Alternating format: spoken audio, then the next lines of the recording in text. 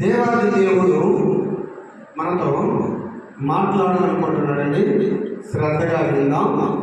చిన్న ప్రార్థన చేసుకుందాం. కాలం మూసుకోండి. యేసయ్యా, నా తండ్రి, నా రాజా, నా ప్రభువు, నా రక్షకుడా, నా విమోచకుడా, యేసు రాజా, ఇగో తండ్రి, ఈ రాత్రి కాల సమయంలో నాతో, మాతో, అందరితో మీరు మాట్లాడుతున్న తండ్రి. మీరు మాట్లాడే దేవుడు. మీరు మాట్లాడితే మేము బ్రతుకుతాం తండ్రి, మీకు వందనాలు. మీరు మాట్లాడితే మాకు జీవనోపాధి తండ్రి, మీకు వందనాలు. మాలో ఉన్నవాడా, మాతో ఉన్నవాడా, మాకు సమీపంగా ఉన్నవాడా, మీకు వందనాలు. ఇదిగో ఎక్కడున్న ప్రతి ఒక్కరితో, ఈ మైక్ శబ్దం వింటున్న ప్రతి ఒక్కరితో, నాతో, ఇక్కడ ఉన్న వారితో, మైక్ శబ్దం విన్న వారితో, అందరితో మీరు మాట్లాడతారు. యేసయ్య అతి పరిశుద్ధ నామములో అడిగి పెట్టుకుంటున్నాం మా పరమ తండ్రి. ఆమేన్. హల్లెలూయా. వాక్య భాగంలోకి వెళ్ళిపోదామండి. వాక్యం ఏమి చెప్తుందంటే, యెషయా గ్రంథం 43వ అధ్యాయము 1వ వచనం 2వ వచనం చూసుకున్నట్లయితే, 43, 1, 2. అయితే యాకోబు నిన్ను సృజించిన వాడు యెహోవా, ఇశ్రాయేలు నిన్ను నిర్మించిన వాడు ఇలాగ సెలవిస్తున్నాడు, నేను నిన్ను విమోచించి ఉన్నాను, భయపడకుము, పేరు పెట్టి నిన్ను పిలిచి ఉన్నాను, నీవు నా సొత్తు. నీవు జలములలో పడి దాటినప్పుడు నేను నీకు తోడయ్యును, నదులలో పడి వెళ్ళినప్పుడు అవి నీ మీద పొందిపారను, నీవు అగ్ని మధ్యను నడిచినప్పుడు కాల్చిపోవు, జ్వాలలు నీవు కాల్చవు. హల్లెలూయా. హల్లెలూయా. దేవాది దేవుడు మనతో మాట్లాడుతున్న మాటలు ఏంటంటే, అయితే యాకోబు నిన్ను సృజించిన వాడవు యెహోవా. ఏంటండి? అయితే యాకోబు నిన్ను సృజించిన వాడవు యెహోవా, ఇశ్రాయేలు నిన్ను నిర్మించిన వాడు ఇలాగ సెలవించుతున్నాడు. ఫస్ట్ ఏమన్నాడు? యాకోబు. తర్వాత ఏమన్నాడు? ఇశ్రాయేలు.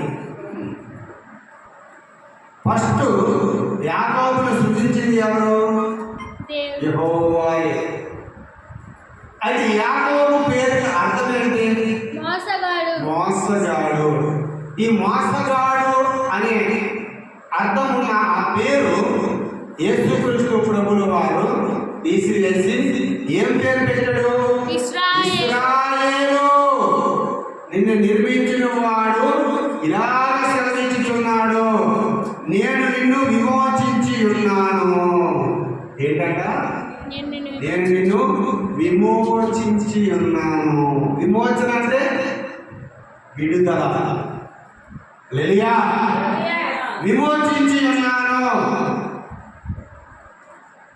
భయపడకము, పేరు పెట్టి నిన్ను పిలిచి ఉన్నాను, నీవు ఎవరి సొత్తు? నా సొత్తు. హల్లెలూయా. హల్లెలూయా. భయపడకము. ఏంటండి? భయపడకము అని దేవాది దేవుడు పరిశుద్ధ గ్రంథంలో 365 రోజులు సరిపోయినట్టుగా 365 సార్లు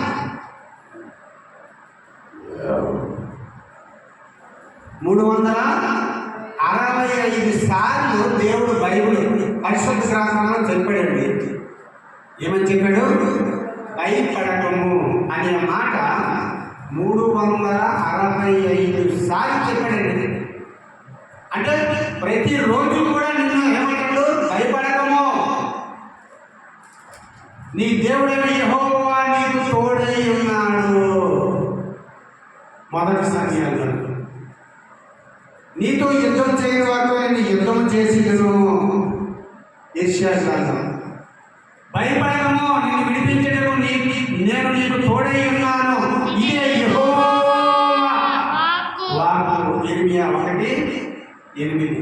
నీ దేవుడైన యెహోవా నీకు తోడై ఉన్నాడు. లేవియా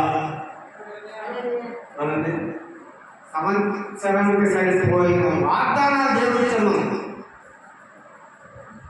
మనం భయపడిన అవసరం లేదు. మన ప్రక్కన ఎవరున్నారు? దేవుడు. జీవము గల దేవుడు ఉన్నాడు. సజీవ లెక్కల్లో ఉన్న దేవుడు ఉన్నాడు. మరణం ముళ్ళు విరిచిన దేవుడు ఉన్నాడు. మన ప్రక్కన ఉంటుండగా మనకి భయం ఎందుకండి? హల్లెలూయా, హల్లెలూయా. రెండు చేతులు పైకి చేద్దామా? హల్లెలూయా. దేవాది దేవుడు భయపడకము, భయపడకము, భయపడకము అని చెప్తున్నాడు. చెప్తున్నా మనం ఏమవుతున్నాం? భయపడుతూనే ఉంటాం. హల్లెలూయా. సంవత్సరానికి 365 రోజులు కూడా భయపడకండి. పరిశుద్ధ గ్రంథంలో మెన్షన్ చేసి ఉందండి.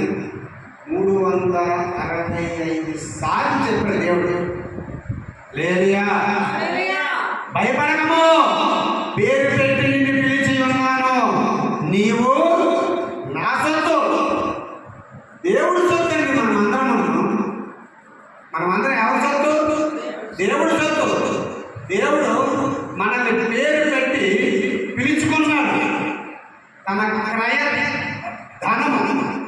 క్రయధనం అంటే తన రక్తం ఇచ్చి, తన క్రయధనం ఇచ్చి మనల్ని కొనుక్కున్నాడు.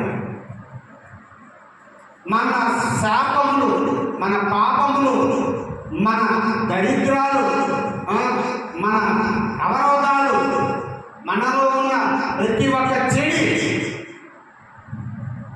ఇవన్నిటి నుంచి విడుదలనిచ్చి మనము చేసిన పాపాలకి, మనం చేసిన ద్రోహాలకి, మనం చేసిన అన్యాయానికి, మనం తాగిన తప్పులకి, మనం ఆడిన దుర్గంకి, మనం చేసిన వ్యభిచారాలకి, మనము చూసిన చూపులకి ఆయన ఏమయ్యాడు? కల్వరి శిలువలో ఆ రక్తపు పొట్టి వరకు కార్చాడు. హల్లెలూయా, హల్లెలూయా. దేవాది దేవుడు నీ కోసము, నా కోసము, ఇక్కడున్న ప్రతి ఒక్కరి కోసము, అన్ని జనాంగం కోసం, ప్రతి ఒక్కరు ప్రపంచ దేశాల్లో, మన ఇండియాలో, మన తెలుగు రాష్ట్రాల్లో, మన జిల్లాల్లో, మన మండలాల్లో, మన గ్రామాల్లో, మన మారుమూల గ్రామాల్లో, మన విలేజ్లో ఉన్న ప్రతి ఒక్క జనాంగము కోసము దేవుడు తన క్రయధనం ఇచ్చి, తన రక్తము చిందించి మనల్ని కొనుక్కున్నాడు.